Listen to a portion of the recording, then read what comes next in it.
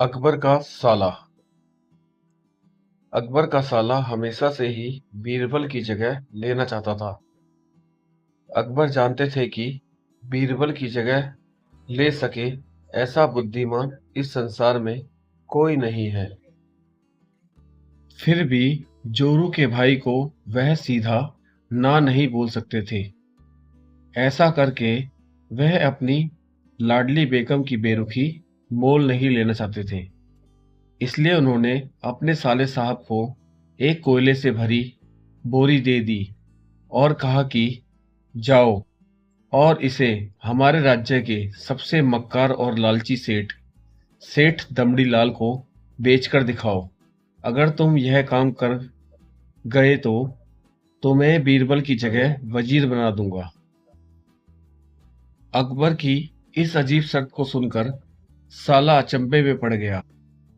वह कोयले की बोरी लेकर तो चला गया, पर उसे पता था कि वह सेठ किसी की बातों में नहीं आने वाला। ऊपर से वह उल्टा उसे ही चूना लगा देगा। हुआ भी यही। सेठ दमड़ीलाल ने कोयले की बोरी के बदले एक ढेला भी देने से इनकार कर दिया। साला अपना सा मुंह लेकर महल में वापस लौट आया और अपनी हार स्वीकार कर ली। अब अकबर ने वही काम बीरबल को करने को कहा। बीरबल कुछ सोचे और फिर बोले कि सेठ दमड़ीलाल जैसे मक्कार और लालची सेठ को यह कोयले की बोरी क्या, मैं सिर्फ कोयले का एक टुकड़ा ही 10,000 में बेच आऊंगा। यह बोलकर वह तुरंत वहां से रवाना हो गए। सबसे पहले उसने एक दर्जी के पास जाकर एक मखमली कुर्ता सिलवाया, हीरे मोती वाली मालाएं गले में डाली, महंगी जूती पहनी और कोयले को बारीक सुरमे जैसा पिसवा लिया। फिर उसने पिसे कोयले को एक सुरमे की छोटी चमकदार डिब्बी में भर लिया।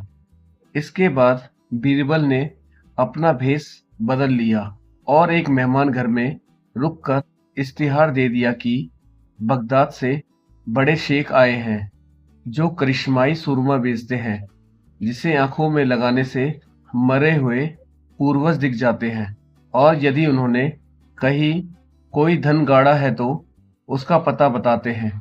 यह बात शहर में आग की तरह फैली। सेठ दमड़ीलाल को भी यह बात पता चली। उसने सोचा जरूर उसके पूर्वजों ने कहीं ना कहीं धन गाड़ा होगा। उसने तुरंत शेख बने बीरबल से संपर्क किया और सुरमे की डिब्बी खरीदने की पेशकश की। शेख ने डिब्बी के 20,000 रुपये मांगे और मोल भाव करते करते 10,000 में बात तय हुई। पर सेठ भी होशियार था। उसने कहा, मैं अभी तुरंत ये सुरमा लगाऊंगा और अगर मुझे मेरे पूर्वज नहीं दिखे तो मैं पैसे वापस ले लूंगा। बीरबल बोला, बिल्कुल आप ऐसा कर सकते हैं।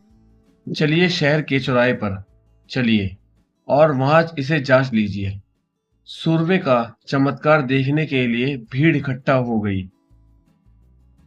तब बीरबल ने ऊंची आवाज में कहा, ये सेठ अभी ये चमत्कारी सूरमा लगाएंगे और अगर ये उन्हीं की औलाद है जिन्हें ये अपना माँ बाप समझते हैं तो इन्हें इनके पूर्वज दिखाई देंगे और गड़े धन के बारे में बताएंगे। लेकिन अगर आपके माँ बाप में से किसी ने भी बेईमानी की होगी और आप उनकी असल औलाद नहीं होंगे तो आपको कुछ भी नहीं दिखेगा।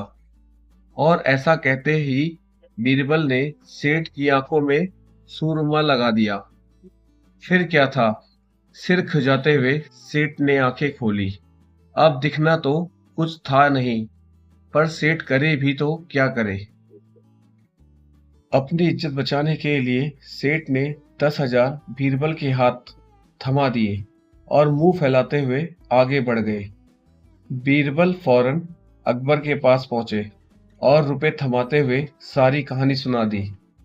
अकबर का साला बिना कुछ कहे अपने घर लौट गया और अकबर बीरबल एक दूसरे को देखकर मंद मंद मुस्काने लगे।